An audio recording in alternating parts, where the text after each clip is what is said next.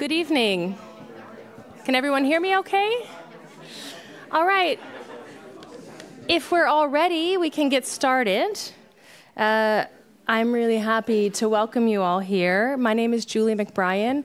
I'm Associate Professor of Anthropology, but in this context, more importantly, I'm Director of the Amsterdam Research Centre for Gender and Sexuality, who is organizing this event with SPAO 25. I'll tell you a little bit about ArcGS. I'm the director. I run the center with Connie Rogeband, who's the Associate Professor of Political Science, who couldn't be here this evening, but also with Diego Galdo Gonzalez, who is our center's coordinator and is sitting up here. ArcGS is a research community that seeks to bring together scholars and scholarships on gender and sexuality within the University of Amsterdam, and we've been doing so for about 13 years.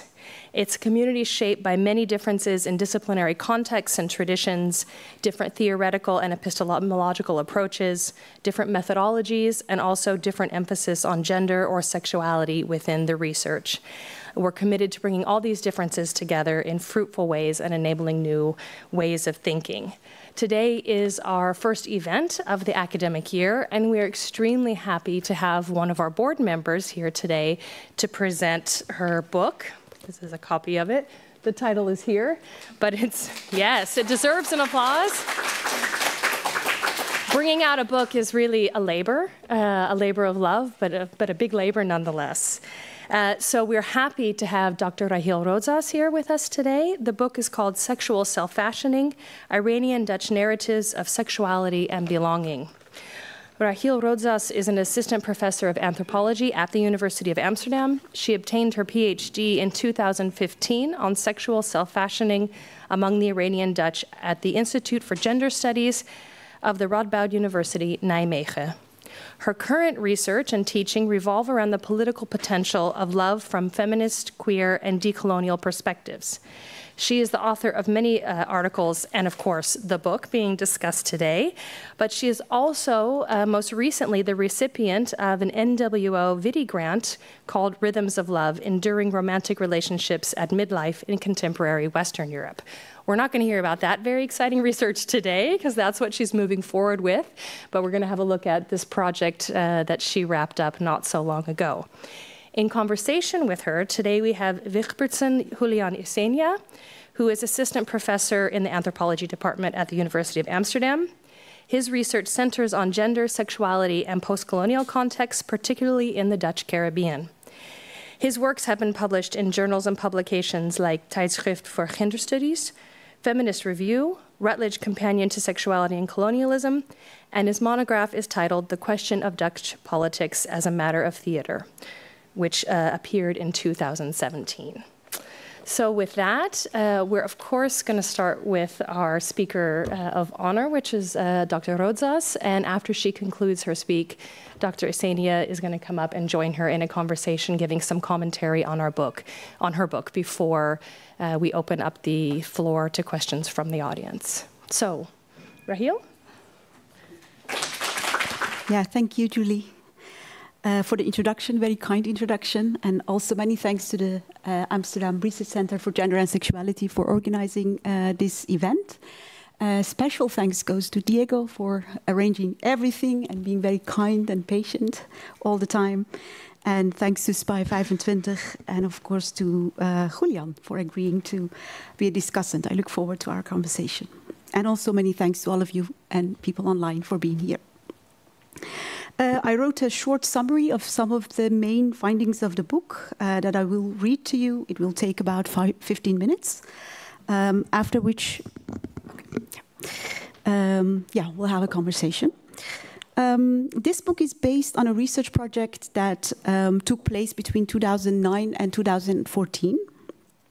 And my decision to focus on the topic of sexuality among the Iranian Dutch was based on several observations. First of all, being part of the community myself, I noticed that topics related to sexuality, notably sex before or outside marriage, received increasing attention.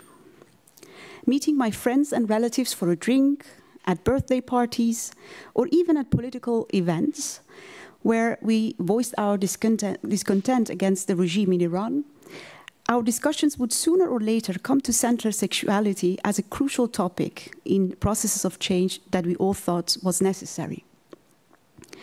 Often, someone would say something along the lines of, real change is cultural.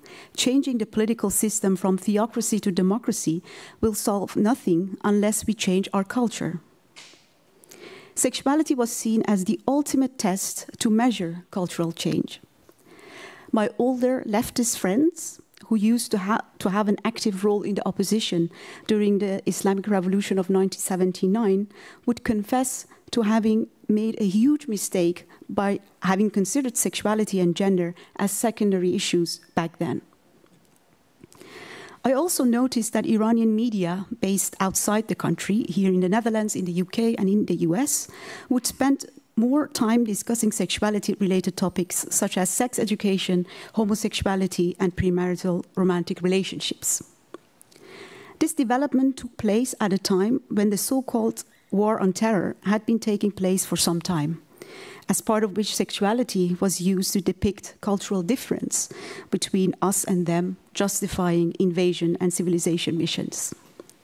In the Netherlands, gender equality and accepting homosexuality in particular became nodal points in discussions about immigrants who have successfully integrated into Dutch society and those whose oppressive culture and religion prevented them from doing so. Contrary to other Muslim communities, in the Dutch media, the Iranian Dutch were, if at all, represented as relatively successful immigrants with more university-educated individuals and more people having a paid job compared to immigrants from other Muslim-majority countries. It was within these contexts that I started my research project to investigate the role of sexuality in how the Iranian Dutch dealt with questions of belonging. I wanted to know how sexuality enabled people to relate to the past and how they characterized that past, to the present, how they live their life and position themselves in relation to the Iranian Dutch community and Dutch society more generally, and to how they imagined the future. Important to mention here is that Iranians migrated relatively recently to the Netherlands, starting in early 1990s. All of the research participants I spoke to, in total almost 200 people were one way or another involved in the project. All of them were born in Iran, and most of them came to the Netherlands in their early 20s or even later. I used the methods of what we as anthropologists call participant observation, interviewing, group discussions, and online text analysis, and gathered narratives about 3 topics, namely sex before marriage, non-marital cohabitation, and homosexuality. I attended public events organized by Iranian Dutch cultural organizations in different parts of the country, including lectures or music and dance events, drawing lessons, storytelling and movie nights. And I also went to the Iranian New Year celebrations, weddings, and religious gatherings. I did many small talks with as many people as possible and were able to interview 30 and have group discussions with another 22 Iranian Dutch men and women. And they were of different age groups, ethnic and religious background, different political affiliations, relationship status, occupation, and education. The stories that I gathered were highly diverse. Some people told me that accepting sex before marriage, non-marital cohabitation, and homosexuality was crucial in their journey towards becoming more modern people. They defined and embraced modernity in terms of accepting these sexual practices as a sign of integration. For example, reflecting on her experiences of migration, Maral, a woman in her 30s, said, I quote, "I have changed a lot. I am more open-minded now. I have been confronted with these things here that were taboo in Iran. We now live in a modern society. I have been given a chance and will try to use every opportunity to become a more modern person." Sexuality allowed some of the research participants, like Maral, to claim citizenship by repeating a dominant migration narrative that distinguishes between good, deserving, and bad, undeserving migrants or refugees. A narrative that assumes debt, according to which immigrants need to prove their worthiness to the nation state by being modern or civilized enough. While some of the research participants embraced and reproduced this narrative, none of them, however, perceived themselves as Dutch. In fact, they found the very idea of being called Dutch absurd. Even the reference Iranian Dutch raised uneasy feelings. They all felt Iranian, no questions asked. They valued Persian language and Iranian hospitality and warmth. Importantly, embracing this ideal of modernity happened under specific conditions. Homosexuality was certainly acceptable, but only when it concerned true love. Sex before marriage in a context of a serious relationship was acceptable, provided that especially women made sure they were not being misled. Non-marital cohabitation provided a great opportunity to practice living together and thereby decrease the chance of separation and divorce in the future. In other words, instead of passively embracing a dominant narrative, they made it work for them. At the same time, by embracing change and claiming that they had changed, they rejected the very idea of culture as a firm and static entity. Certainly not all research participants shared this position. In fact, I also came across a counter-narrative, a narrative of religious authenticity. While the modernity-oriented people celebrated cultural change, these research participants ridiculed that attitude as naive, foolish, and cheap. The argument here was that traditions should be cherished and protected because of the wisdom informing them. To them, Iranianness was also deeply entangled with Islam. To give you another example, according to Hamid, a man in his 20s who came to the Netherlands as a child, Iranian diaspora would suffer from what he called anti-Islamic anxiety. Having had the opportunity to travel around, he had noticed that especially in Western European countries such as the Netherlands, Germany, and Sweden, Iranians tend to be hostile to anything that has to do with Islam. And connecting this to traumatic experiences of the Iranian Dutch as former political activists, and as a consequence of living in exile, he accused them of having extreme and unrealistic ideas about Islam. Instead, he proposed, and I quote, "They should come to terms with who they are. It is not healthy to keep running from your roots and embrace modernity uncritically." End of quote. Explicitly embracing a Muslim identity, however, came with a high price. In front of others in the Iranian Dutch community, these research participants had to constantly dissociate themselves from the deeds of the Iranian regime in the name of Islam, proving that they were not some kind of spies. Other Iranians who converted to Christianity did not face the same suspicion. Their religiosity did not raise the same scrutiny, but was rather met with either indifference or sympathy. As for issues of sexuality, the research participants that identified as Muslim or emphasized religiosity as an important formative aspect of their background and identity referred to restraint as a way to claim a morally strong and independent self. They rejected what they saw among others in the Iranian Dutch community as trendy or buying into the promise of inclusion through embracing sexual modernity. Although it might seem as if this group perpetuated a notion of culture as something that belongs to the past, their stories, as I argue in the book, could not have been more contemporary. This because the very rejection of the contemporary dominant discourses of sexuality, sexual inclusion, made it possible and intelligible for this group to fashion an exceptional self distinct from other Iranians in the Netherlands. What their stories show is that, ironically, resisting sexual modernity becomes a powerful rhetorical tool to challenge the existing order, or that sexual modernity loses its political potential when incorporated in dominant discourses.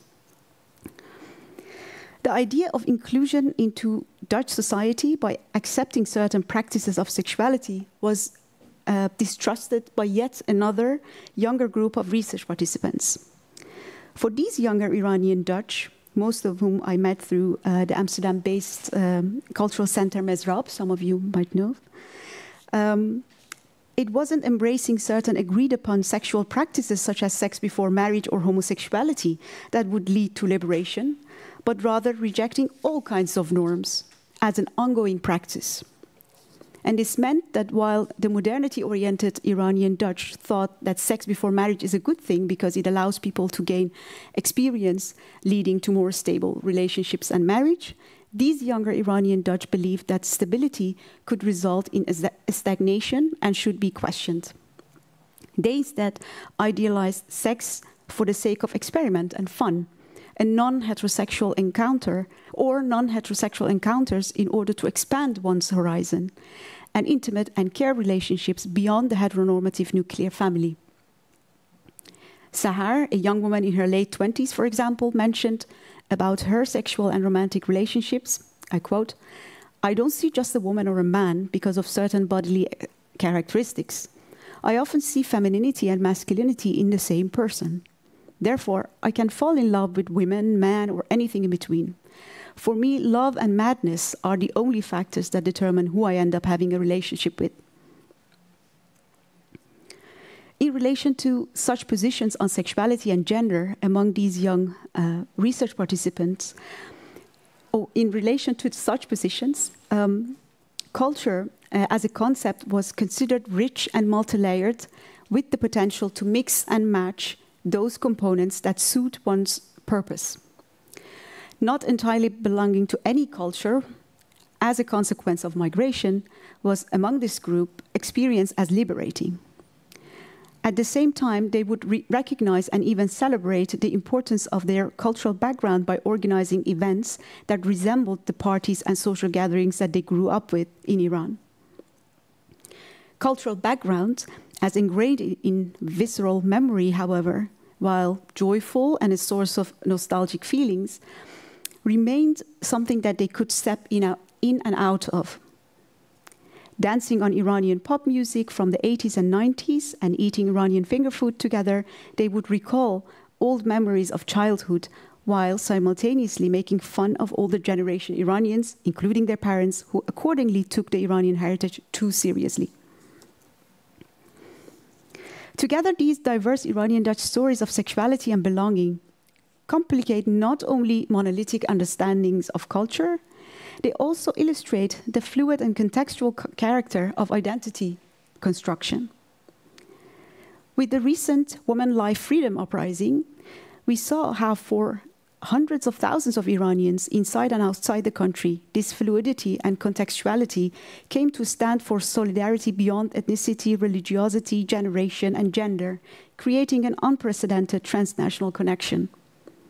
Another promising development that we see in the past several years is Iranians' increasing identification with other minoritized groups, including Moroccan Dutch and the Turkish Dutch in the Netherlands, but also with other people of color and Black people internationally in the aftermath of the Black Lives Matter movements.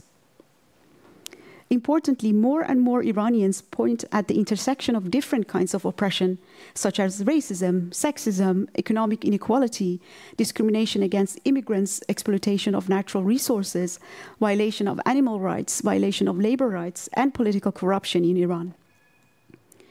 Sexuality, in my observation, while still very much an important topic in discussion about change among Iranians, is more and more approached as intersecting with other domains of life that deserve attention. Thank you. Thank you so much, Rahil, and also Julie and Diego for inviting me. And I'm honored to be part of this celebration and discussion of sexual self-fashioning. So the book that graces our discussion today examines the complex intersections of sexuality, culture, and identity, focusing on the discourse of modernity and belonging. It delves deep into the social-cultural fabric that defines specific geographical locations and throws light upon the Iranian Dutch community's navigation of sexuality in the Netherlands. The Netherlands perceives and represents itself as a nation that constantly upholds a pronounced degree of tolerance towards sexual diversity. And the book probes into how the Iranian Dutch utilize discourses on sexuality to fashion their selfhood and grapple with the dichotomous constructions of the backward Muslim other and the civilized Dutch us. The Dutch, it seems, have a long-standing history of utilizing sexuality as a yardstick to assess cultural modernity. In the case of Rahil's book, a particular absence is ascribed to Iranian Dutch communities that are seen as having cultural differences rooted in religion. The book encompasses three primary themes: virginity, as Rahil already said, homosexuality, and cohabitation. However, my primary focus will be on homosexuality. This area is my particular expertise and may offer opportunities to draw parallels between our respective works. Within her book, a specific dynamic characterizes the expressions of most participants regarding homosexuality. Within the framework of modernism as an ideal, homosexuality is deemed acceptable only when it was related to true love, as she already said.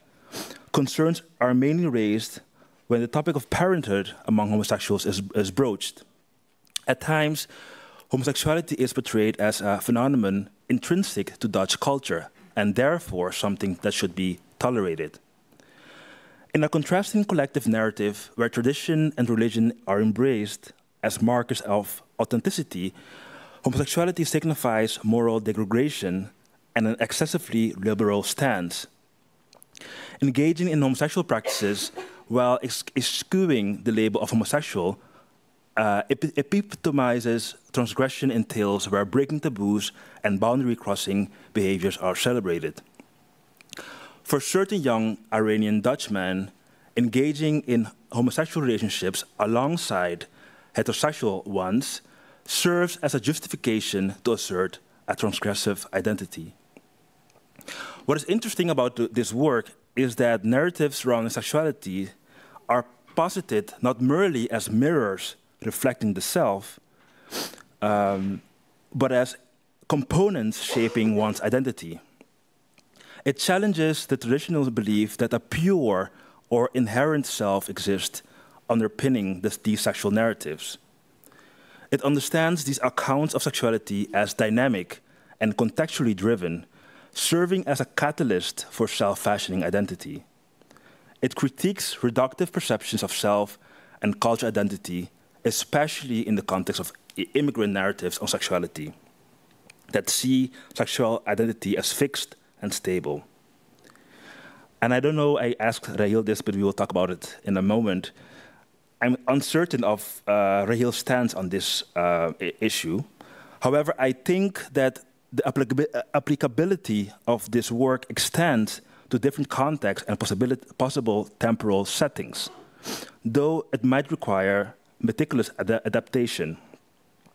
To explain further, I teach a course titled The Anthropology of the Netherlands, including the Caribbean. Interestingly, and perhaps subversively, the course primarily focused on the Caribbean. I invited Rahil to discuss her work in my class. The students were assigned 2 mandatory readings from Rahil and 1 additional recommended reading. All 3 articles are crucial components of the book currently under discussion. The ensuing discussion were both animated and productive. And as a culminating assignment, students reviewed a draft article of mine and integrated insight from at least 2 articles discussed throughout the course. A significant number of them drew connections between my work and Rahil's.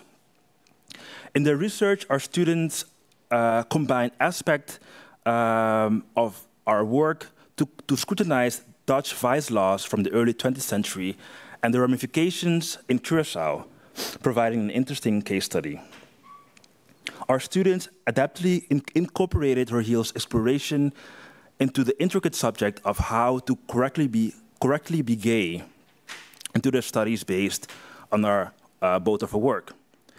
Rahil's emphasizing the significance of sexual counter-narratives posits that such narratives arise as counteractions to the prevailing, mainly Western views on non-heterosexual identities.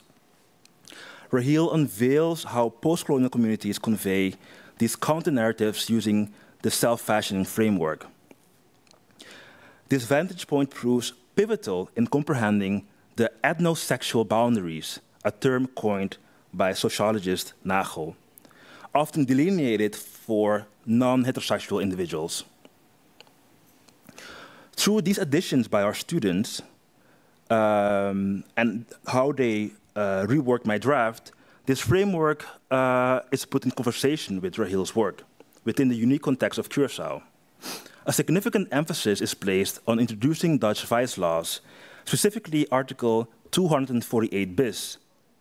By raising the age of consent exclusively for same-sex relations, this article distinctly served as an instrument of discrimination against non-heterosexual relationships, branding them as outside the norm. While such legislation may have its roots in Western perceptions of sexuality, it bypasses some Curaçaoan practices of sexuality, supplanting it with a colonial discourse.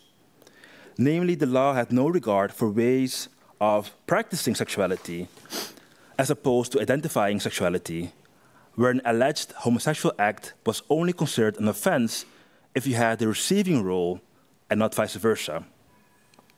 This supplanting of colonial discourse resonates with Rahil's usage of the concept of ethnosexual boundaries, as these laws at their core sought to outline the boundaries of what constituted permissible sexual identity within Curaçao.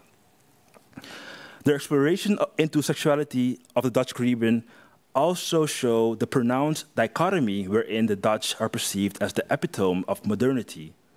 At the same time, the Dutch Caribbean is relegated to being not modern enough. This mirrors the narrative between the Dutch and the Islamic cultures in Rahil's book.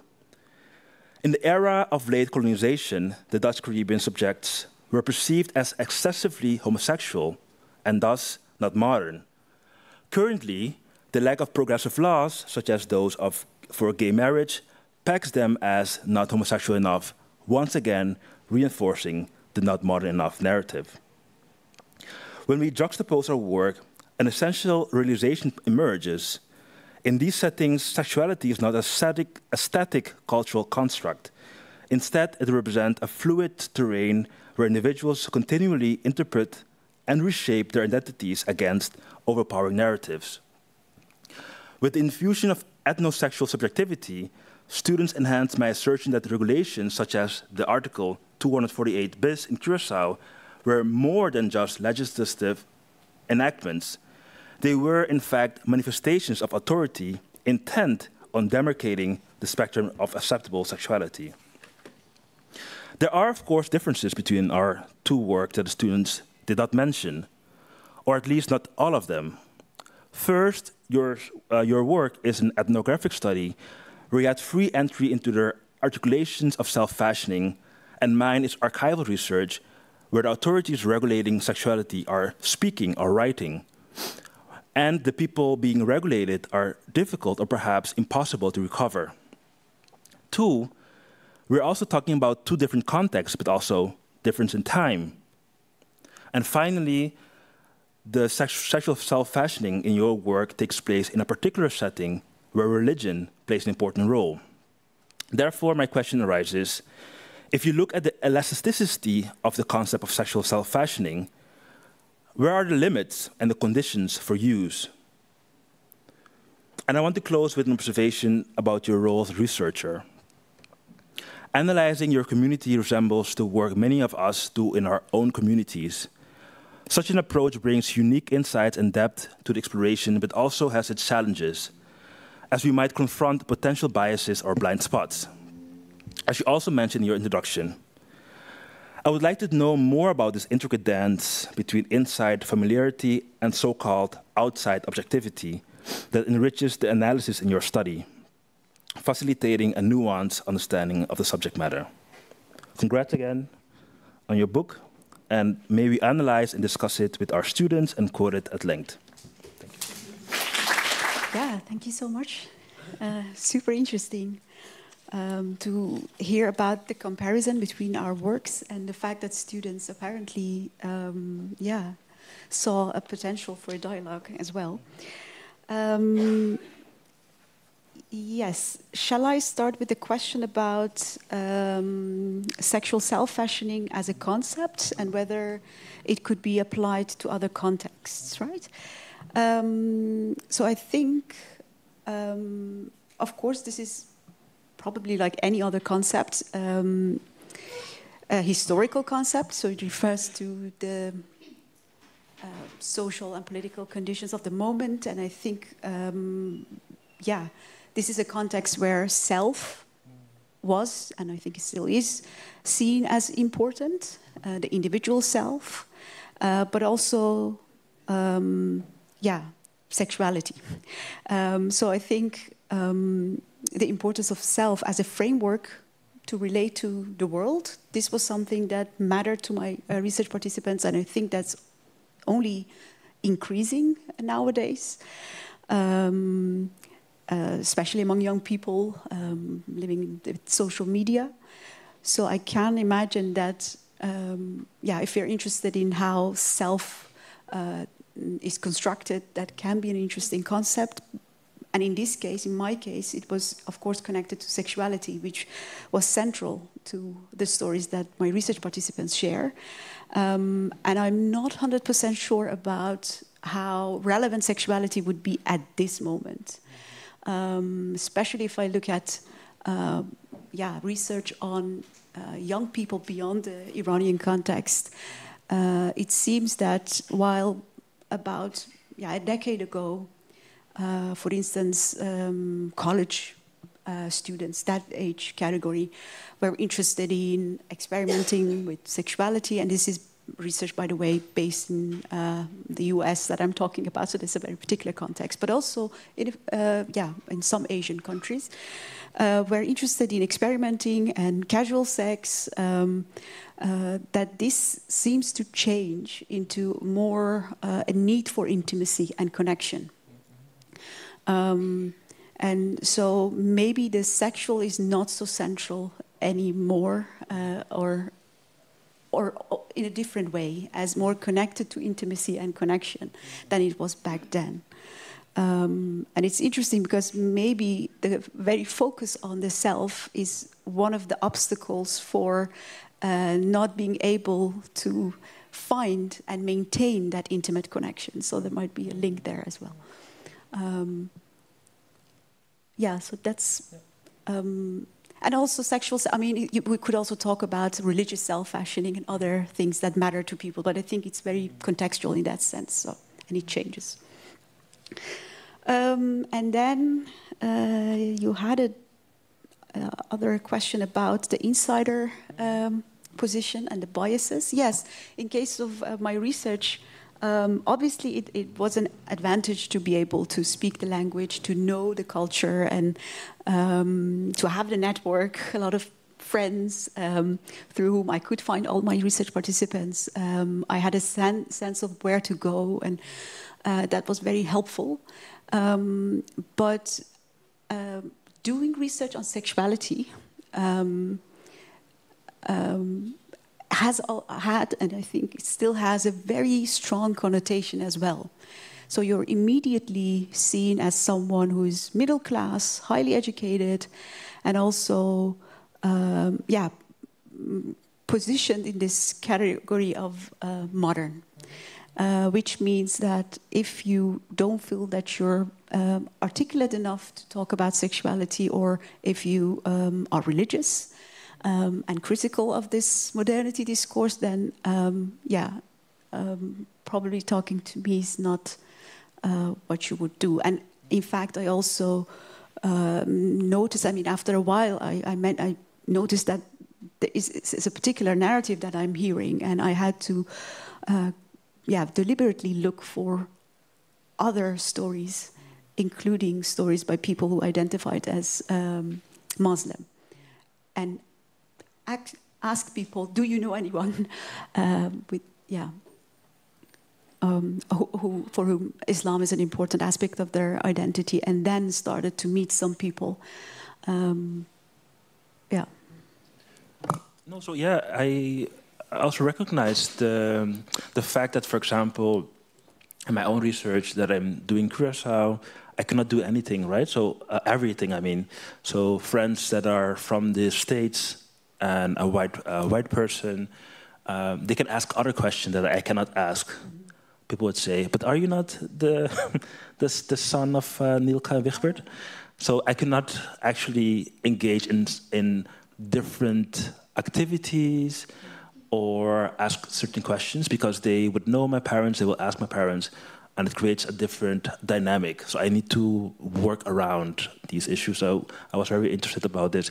Some other point I was very, that struck me was this idea of model minority, right? So these Iranian Dutch as seen not as a problem per se, right? Or maybe it's a bit more nuanced. But that they are, at one hand, in this discourse of the Muslim other or the migrant other as being a problem or being homophobic, and still being this model minority group. And also their way of, on one hand, embracing modernity, and at the same time rejecting Islam or religion. Can you talk more about that? I'm not sure I understand the question completely. I can rephrase. Yeah. So I'm interested in how this idea, so at one hand, normally when we think about or we engage with literature about the migrant other or the Islam other, they're not seen per se as these model minority groups. Yeah. And in the case, for example, of Curacao, this also complicated in other ways because they are still Dutch, in like passport Dutch. Iran is also passport Dutch, but I mean they have a colonial history in that sense.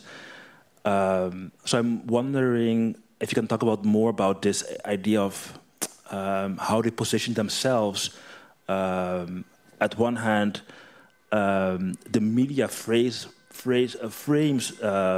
these groups as the other, and at the same time, they themselves grapple with how to place themselves, or as being Dutch, and thus being embracing certain Dutch values, and at the same time experiencing different forms of racism, for example. They seem not to see any contradiction between, on the one hand, being presented through statistics, questionable statistics, as successful, which in fact resonated with their own stories about modernity, which is not the same. It is about integration into Dutch society, but it's not, as I briefly mentioned, about becoming Dutch. So it's like an achievement, it's a chance, it's an opportunity in the Netherlands to become modern. And yes, we're successful and we're doing this the way. I mean, if you, almost as if they would say, if you expect from us to accept modernity, accept homosexuality, for instance, in order to become modern and to be included, well, okay, then that's what we will do. But it also, I mean, I think it's also understandable. So if society rewards a certain positioning as being successful, yeah, this is what available tool for them in order to claim that self. But it also means that they would, yeah, turn a blind eye at times when they were facing discrimination and racism. And this, for instance, became clear in group discussions, where in one instance, parents and children were present. And the parents were telling me this story of, yeah, you know, the modernity-oriented narrative. And the children would then say, but what about what you said about your colleague at work, for instance? And this was about how Iranian food smells in a certain way and so on, and they were, you know, not happy with that remark. And so the children would remind them of, your story is more complicated than you're now, yeah, telling us here in the group. But yeah, as I said, this was also, I think it's important to say that this was not something that all the research participants would share, but this is, yeah, was one of the dominant narratives, yes. I think just one question. I think people are also wanted to ask questions. So I was wondering about if you can talk more about your ethnography. So in the subsequent chapters, you also go into more depth into your ethnography.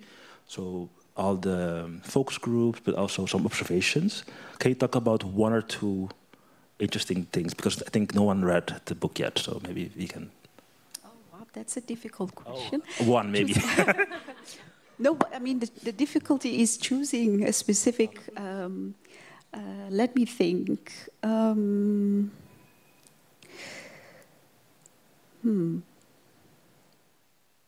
Well, talking about Mizrab, as I mentioned in my talk, and something that I also talked to a group of students in the class last Wednesday, in fact, was attending this event that was called Alternative Pornography.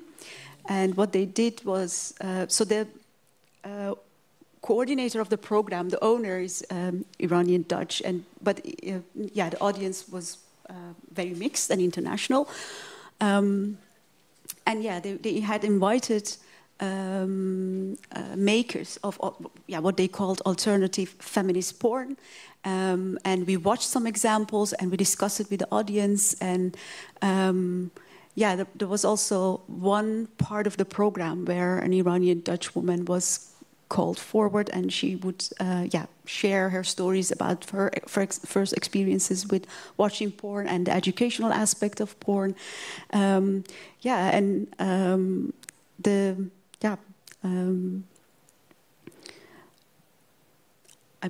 forgot the point that I wanted to make, but yeah, this was an interesting, So the program was not necessarily about the Iranian Dutch community, but about another very complicated question about desire and how whether or not porn is involved in how desire is shaped and what we expect from good sexual relationships or not. I think you also mentioned that in my class, the students loved it, so I think it's a very nice example. Maybe we can take some questions? If you two are ready to open it up to others. So we'll take some questions. I'm going to let myself go first since I have the microphone, but it's also a moment to let you all kind of warm up and know that, after Rahil answers my question, we're kind of ready for questions from any of you. Rahil, I told you I often can't think of a question when I'm a moderator, but I think the first 3 sentences you said something, and immediately, as often happens, resonated with some of my own work. But I don't work with immigrants, but it's still this immigration connection. And the other connection is the one that you talked about of sexuality and its connection to kind of, or the perception that changes in sexuality would be connected to kind of larger social political change, right? And that comes across really clearly in my own research in Kyrgyzstan, but I'm doing research in the country. But Kyrgyzstan has a huge immigrant population that primarily goes to Russia for work. And what I see is that there's a lot of reverberations about both ideas about sexuality and about marriage, attempts to change that and how those connect to different political projects, and reverberations that go back and forth between the immigrant community and the community at home. And you get these interesting cycles, and of course they're not quite the same. They have their different changes in both locations, but I'm wondering if you saw any of that. Yeah, this reminds me of what actually happened quite recently during the Women Life Freedom movement, how also Iranians outside the country responded to what was happening in Iran, and a complete change between these developments and what was happening when I was doing this research. So I really saw how people wanted to facilitate what was happening in Iran and were much more modest about what they think should happen or how the change should look like. So whereas when I was doing my research, sort of modernity was sought in what is happening outside the country, and finding the ideal of modernity here and in other Western countries during these recent uprising in Iran, this shifted, I feel. People would, just try to listen and watch what was happening in Iran and follow their lead. So that was a very interesting dynamic. And also, as I said, created, it was inspiring because what was happening in Iran was that people who normally don't find each other did so. And this also inspired Iranians outside the country who cannot work together, sometimes based on different political affiliation, to try to move beyond that. Yeah. Thank you. Questions from the audience? Yeah, I'm going to start back there and then I'll come back to you. Thank you. My name is Hasna. Actually, I want to ask about, I just read that Iran is very diverse nation. And then I'm trying to compare with Southeast Asian countries where we also have kind of like very diverse community. And some of the local tribes actually having, like more diverse gender identities even before the modernism. So I'm trying to ask you, is there any local tribe that also introduce like diverse gender identities? Like in Thailand, they have like more than 5, I think, gender identities. And in Indonesia, like South Sulawesi also have 5 gender identities. Like these local tribes have more modern in quote compared to the concept of modern that Western countries offer. And I'm curious, is there any kind of like local tribe that actually having this kind of identities, the gender identities and self, but because of the, the wave of colonialism and other stuff, it kind of hidden, but did you trace back to them, or is there any info more about like the local culture that might be hidden in Iran? Thank you. Yes, thank you. Actually, I'm not familiar with sort of kind of alternative culture or alternative in terms of sexual or gender identity in Iran. I haven't done research in Iran. I haven't been back to Iran since I came here more than 20 years ago. But I do completely recognize what you said about this history of modernization in the sense that with this modernity projects and missions in Iran since the late 19th century till now, indeed what happened was that same-sex practices, for instance, suddenly became a taboo and unmodern and had to be eradicated from society. Not to say that same-sex practices were very normal, but they took place without being a topic for people to reflect upon and talk about and try to analyze. So those practices were not so much about identity, but they happened. And with the history of modernity and different regimes in power who tried to make Iran into a modern country, what happened was indeed that those kind of practices had no place anymore, and were also seen as criminal acts. Yeah. Okay, there was a question over here, I believe, correct? Yeah. Here you go. Thank you. My name is Matthias. I have 3 questions.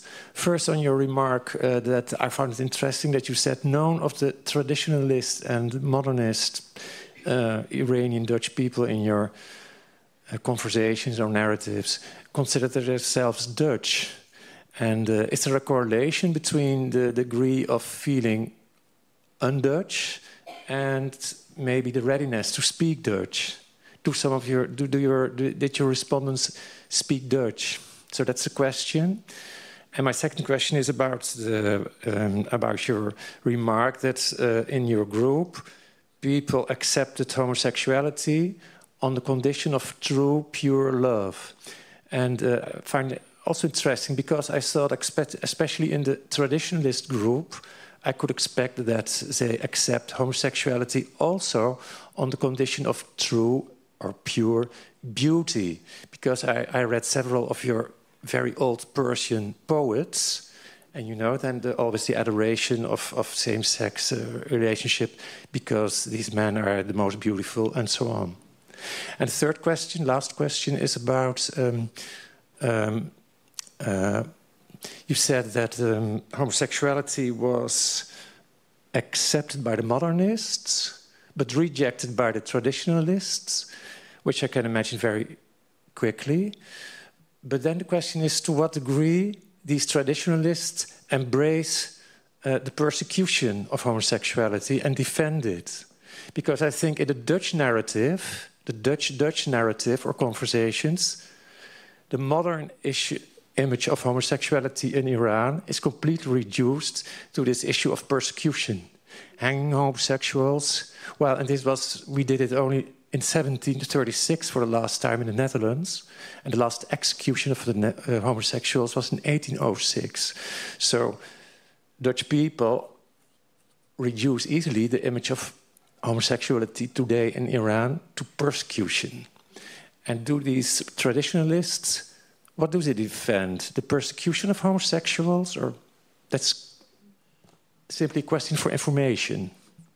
Thank you. Okay, thank you.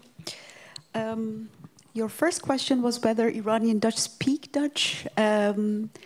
Yes, which is not this. Yeah, so what I meant by rejecting Dutchness was to sort of taking distance from their Iranian identity and background, so that although accepting homosexuality and sex before marriage was seen as a sign of integration, this didn't mean that they would take distance from their own cultural background. So Iran and Iranian and Persian also meant a lot to them. So yes, but yeah, in their daily life, they're Dutch. They also, that's also my reason for calling them in the end Iranian Dutch. So yeah, they also speak Dutch. And concerning the second question about why those who claimed an authentic self, why they did not accept homosexuality in terms of beauty, true beauty, as a reference to Persian poetry. Well, as I also tried to mention, probably because their position is very much contemporary. So for them, it was a counter-narrative to the one that is modernity-oriented. While the modernity-oriented talked about,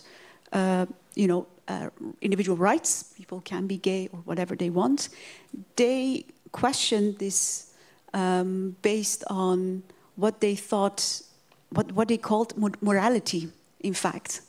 That, in fact, there are not supposed to be any homosexual people, and if this happens, then that's because of a kind of a moral weakness. So if you're strong enough, you can resist those kind of impulses, and then things will be natural. So that was the sort of argument. And no, none of them would, they would explicitly, as I also said, distance themselves from what happens in Iran by the regime in the name of Islam. So the persecutions, that was not something that they would support, but they would base their argument against homosexuality on morality and being strong morally and saying no to what is not natural. Okay, there was a question back here. Let me just walk over there.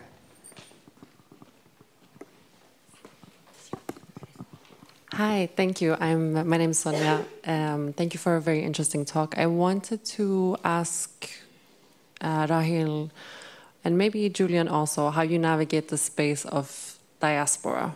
So what is diaspora in your work, and how do you navigate this in relation to who do you speak for? And I'm imagining in your book there's a large conversation on this, right, of your position in relation to the people you speak to, but I think more largely in relation to our research, like what position do you speak from, and how do you navigate the potential kind of epistemic injustices that can come with trying to speak for different groups. So thank you very much for an interesting talk. Do you want to respond? I can try. Yeah. But then you can. The floor can be yours because it's your party. Yeah. So where do I speak from, and also the idea of the diaspora. So I like the work by Ronaldo Walcott, who tries to think about and rework the concept of home. So home being, for example, me, Netherlands, and Curaçao, and also neither of them, right? And also not belonging to neither of them because of my, now I'm 15 years in Netherlands. So I like that work, so it's a very briefly reference to that work. And where do I speak from? I think I need to ask more questions in order to answer that question. But as a researcher, I try, not that I don't try to speak, but I try to speak through my subjects. And in that sense, if I'm trying to understand how they envision sexuality or self, it is through them. So I don't speak for them in that sense. I let them speak. I don't know if it makes sense, but I have more context. I need more context in order to answer that question. Yeah, I like the question very much because it's not easy to answer, and it was also something that I experienced as very complicated throughout the whole project and still. And I guess it's because of navigating all kinds of expectations, including expectations from myself. So in relation to the Iranian Dutch community, which I'm part of, I felt the expectation that I had to support what they want to achieve by changing the culture for the better. And that they saw that as the very decision to focus on this topic, they saw that as something that I'm willing to do, and therefore they also opened up to me. So that came with a responsibility. But as a PhD student, when I was doing this research, I was a PhD student, I was also expected to show that I'm capable of doing critical academic work, being critical, making an argument, and how to deal with the fact that research participants use, from a specific perspective, problematic concepts such as modernity and how to deal with that. So I try to navigate around those, and most importantly also for myself, how to make people I'm writing about and talking about not into objects. How can I make sure that they remain alive? And their stories are complicated enough, and I guess I try to do that by seeing myself in all those different narratives and connecting my own experiences to all of it. So appreciating, for instance, the fact that sexuality is important and at the heart of a cultural change, which I think is not limited to the Iranian context, but also it's what we see now in the US and Hungary and Poland and in the Netherlands. So I recognize that and have that in common with them. But also the importance of tradition and religion. I mean, I would also identify as someone who's not Muslim or not religious at all, but I do think I'm shaped to a certain extent by that background.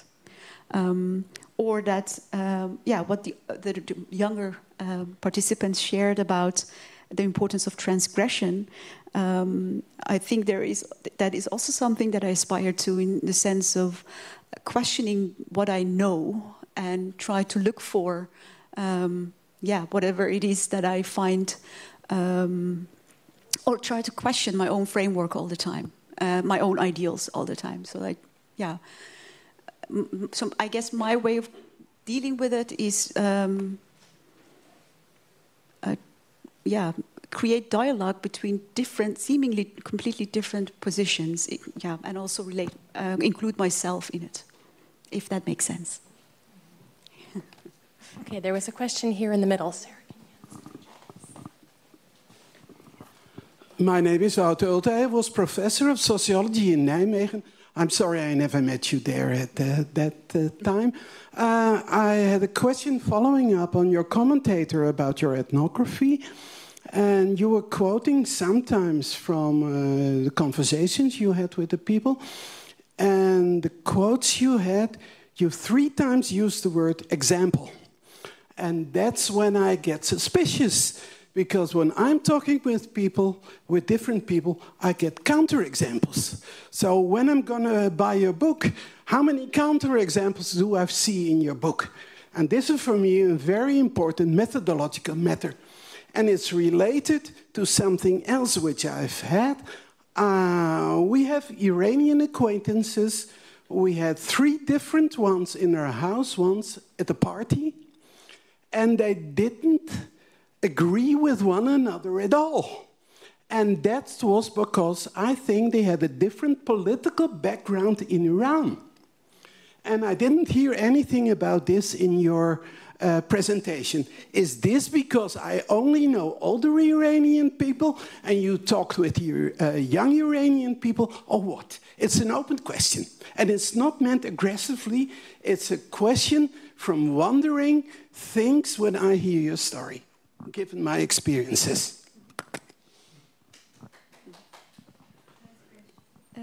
Thank you. Yes, I remember you, by the way, from Nijmegen. I was in your class, but there were, I think, almost 300 students, so I understand why you... I probably didn't make an impression. Are there counter-examples in the book? I think it's an interesting point. I actually never use the word example. When it comes to ethnography, I use about cases. Use the word case, because I think every case is... Counter cases too. Yes. So the answer is yes. The book consists of a lot of counter cases. It's actually even... I mean, in a short talk, I talk about this modernity narrative and modernity-oriented research participants. But of course, that doesn't mean the same to the different people who do that. So every chapter is about how this means different things to different people. But that modernity as a prominent concept that is embraced, but in different ways and under different conditions, does come back. But the cases are completely different. And then the chapters are also, in that sense, counter narratives, in a way. I'm not surprised that the 3 Iranians you met had different disagreements, certainly when it comes to political affiliation. But I guess, at least at the time when I was doing my research, sexuality sort of formed this middle ground. Like, they did agree on its importance and including it in their imagination of how a democratic Iran would look like. So that would be something that many of them, regardless of their different political backgrounds, would agree on. But of course, I would not say all the Iranians or Iranian Dutch think in the same way.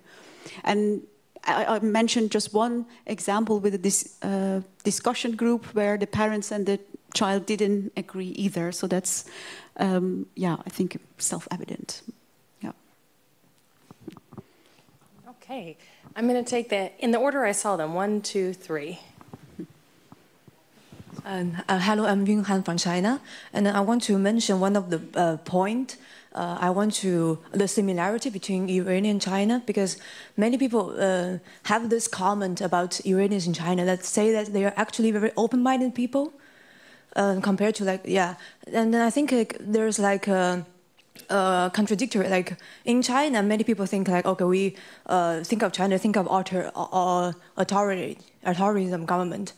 But there's like actually, it's more like, okay, we listen to what the government says, like, but only as like some kind of ideology on the surface, but deep down, like people actually open-minded. So do you agree with me, like Iranian people are actually open? And also I have another question is what are the actually daily practice of people in terms of sexuality? I mean, by the government laws, it's like not allowed, but people are actually doing very open kind of like attitude towards sexuality or other stuff. This is my question. Thank you. I think it's very important when we discuss immigrants' positions on issues of sexuality, for instance, to also take into account the context where they come from, why even they migrate, and who gets to migrate. So I think it's, I know that a lot of Iranians who have the opportunity to leave the country, especially young people, are thinking about it because of all kinds of problems that they're having in their daily life. So I think it's not surprising that those who do manage to migrate to other countries probably share these similar stories about valuing freedom and equality. As for the difference between what people say and what they actually do, also in relation to the government, in Iran, I also talked to my students last Wednesday on this, referring to a book called Passionate Uprisings, which is about a sexual revolution going on in Iran, but then secretly and underground. So how, and this was more than 10 years ago already, so it's not that recent. But yeah, and I think it's only very recently that what we saw in this woman life freedom movement is that especially young people, young women, bravely faced the authorities and said no. And this is something that I've seen, I haven't seen before, like that level of braveness and explicitly fighting against the system is something that I can just admire. So they do both. They try to live their lives the way they want it in their own private networks, but they also explicitly fight against the regime. Yeah. Okay, here. Hello, thank you for being here. I had a question because in the reading you said something about modernity and accepting homosexuality conditional on whether they would be married or, very serious. However, in response to a question from Gillian, I think you said something about accepting homosexuality on the condition of belonging in Dutch culture. And I was wondering whether that was a reference to the majority of the Iranian people you spoke to, or whether that was more a thing of a smaller group, whether people actually accepted homosexuality if it was serious, or whether they only accept it because if I accept it, people in the Netherlands will accept me more. That's an interesting question. I found that there were some ambiguities in the stories that they would tell me. So on the one hand, they, and I'm now talking about the more modernity-oriented participants, they would refer to science, like science has proved that there is sexual diversity, so we just need to accept it.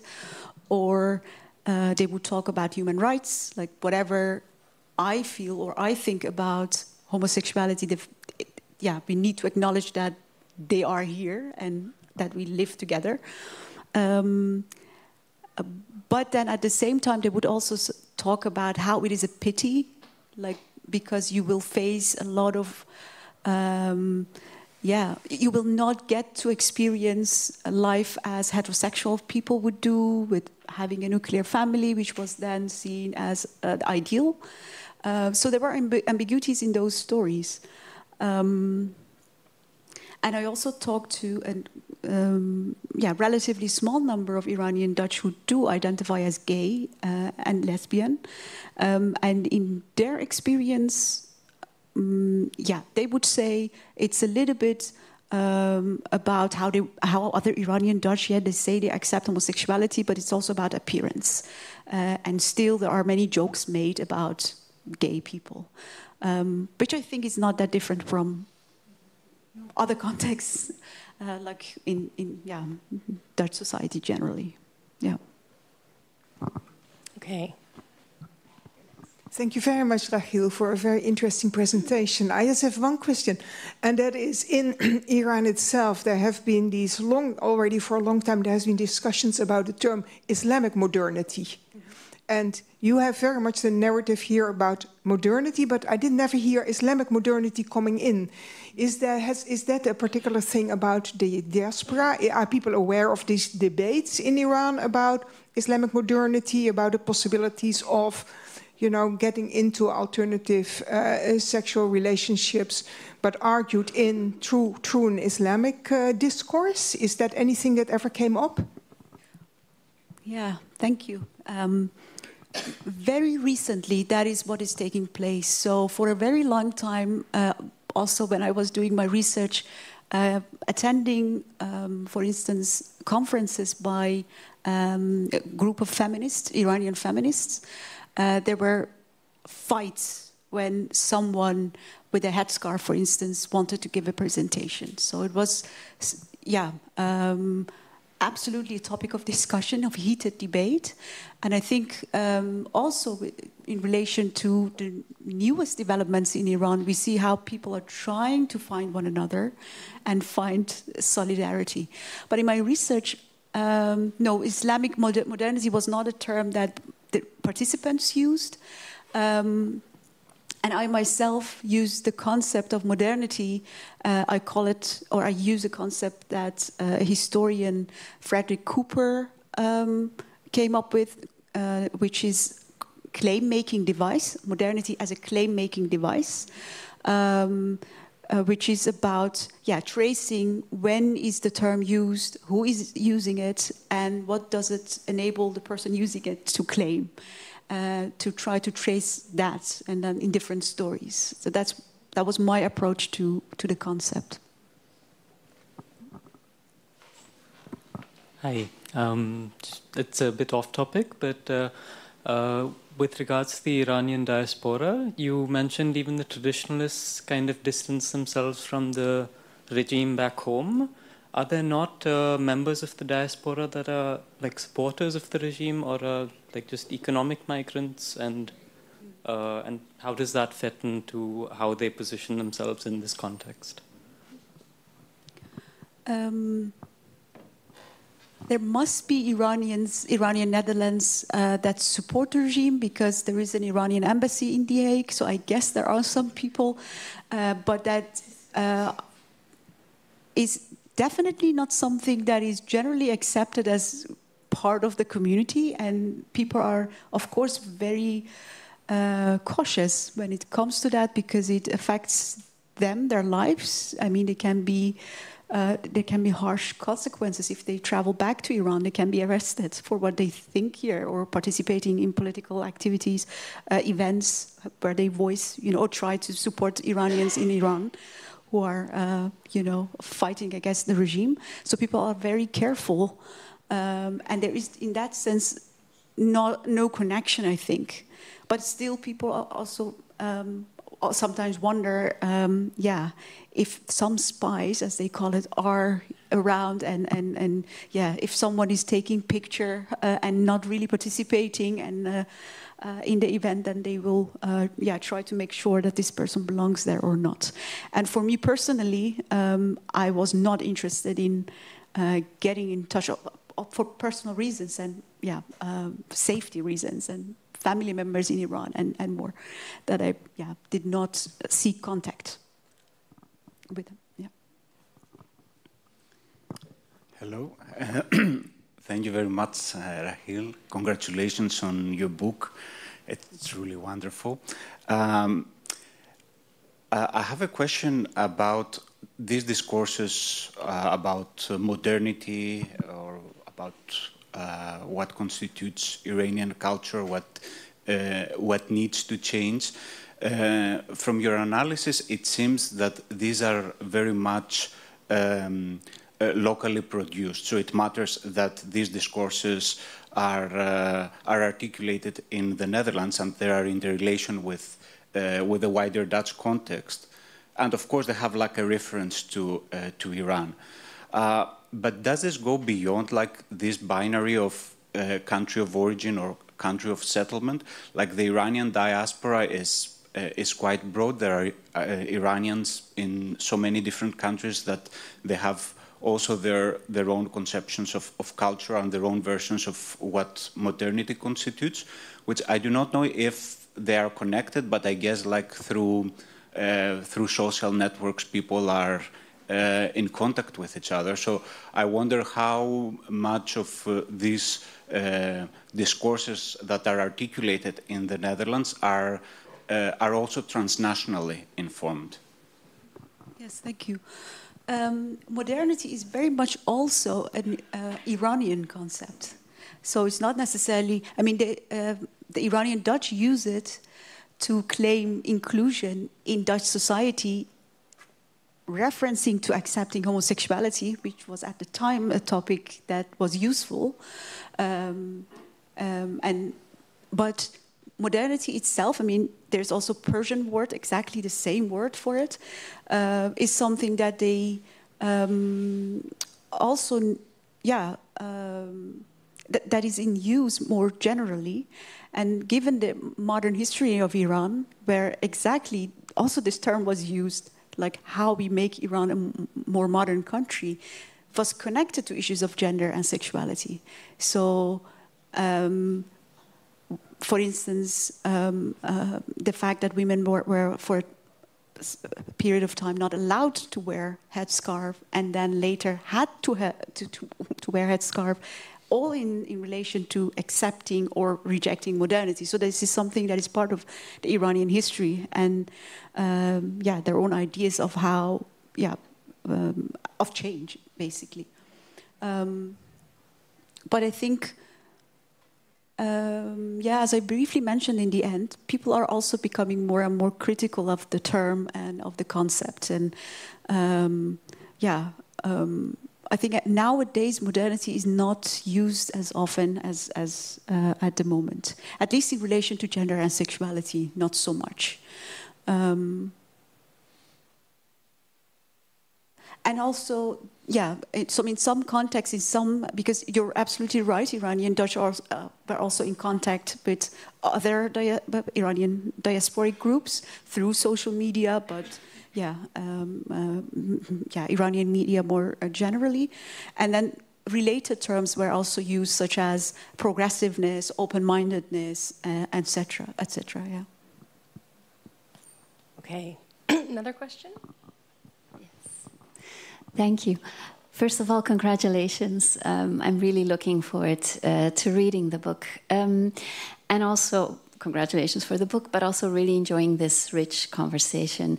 As I was listening and also still looking at your title, I was going back to that notion of belonging, the last word in your title, right? And obviously I haven't read the book yet, so maybe I'm, you know, making a strange mix of it, but I was thinking, the way you presented your respondents, that it seems to me that some of them are building their home, to use the notion of home, in a notion of modernity. right? And I'm also felt the belonging and the homemaking in a notion of tradition. And then the kind of the third group that you presented, which if I understood right, is younger, right? Is also experimenting more with sex. And you also said a different notion of sexuality. So sexuality is shifting. But I didn't get a sense of where they're making their home. Where is their belonging? And obviously I'm not using belonging necessarily in national terms, but it could be, right? But so belonging in modernity, belonging in tradition. Where is the belonging of that third group? Very good question. I actually wrote an article about belonging, non-belonging in relation to this third group because I also thought this is something to reflect upon.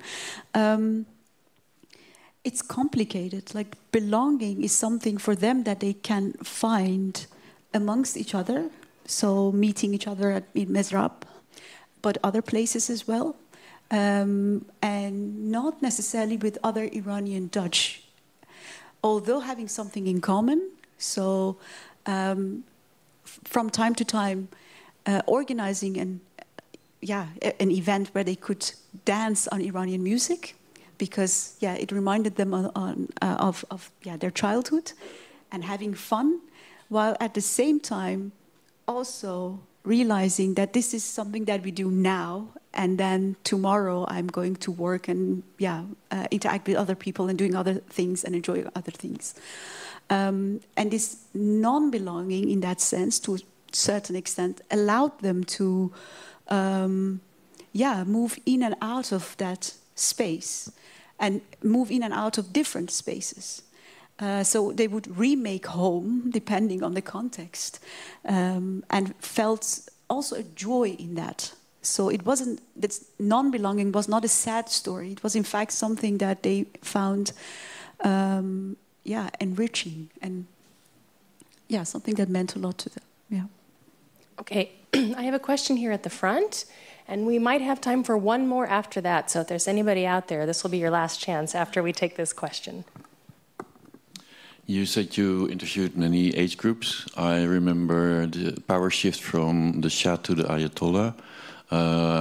Could it be the major shift, the most important shift in the attitudes towards sexuality also, according to your research? I didn't get the question. So what would be the biggest change, from Shah to the current regime? Yeah, I can imagine that in the subject of your research, that was the period where the main shift had taken place. Yes and no. I mean, obviously the revolution was a huge event and change in the Iranian political system, but there were also definitely continuities. So I very briefly mentioned how my friends who were a bit older and active, politically active during that revolution, thought that they did not, they regretted the fact that they did not pay enough attention to gender and sexuality at the time. These were leftists, so against the Islamic Republic. So was that the biggest shift? In terms of legally, it was a huge shift. And it also wasn't as sudden as we think. So it took the regime 2 years before they implemented their new rules. And in the beginning, there are also pictures of demonstrations of women with headscarf, without headscarf, next to each other. And that shifted in 2 years. And I think what we're seeing now in Iran might be a bigger shift, because of the solidarity between different groups. I think that's very powerful, because there was a lot of division also at the time of the Islamic Revolution. And I think once different oppositional groups find each other, that may create a, but that's a potential, at least. That's maybe also very hopeful to think, but yeah. Okay, any last question? Well, a last question? No? Okay, well. Before I close, I want to let you all know that back there, there's a kind of a little table with a red sign that has an image of Rahil's book. And next to that are cards you can take, which have, I think, a QR code on them, where it will be directed directly to buying it online. So any of you who's interested, go take one of those cards and you'll be able to buy her book like that. And I hope that this talk has encouraged you all to go and buy one. I want to thank you both. Julian, thank you for coming and being our discussant. But of course, first and foremost, the ArcGIS community, all of us, thank you for this really beautiful and fascinating talk. And go read the book, buy the book, read the book.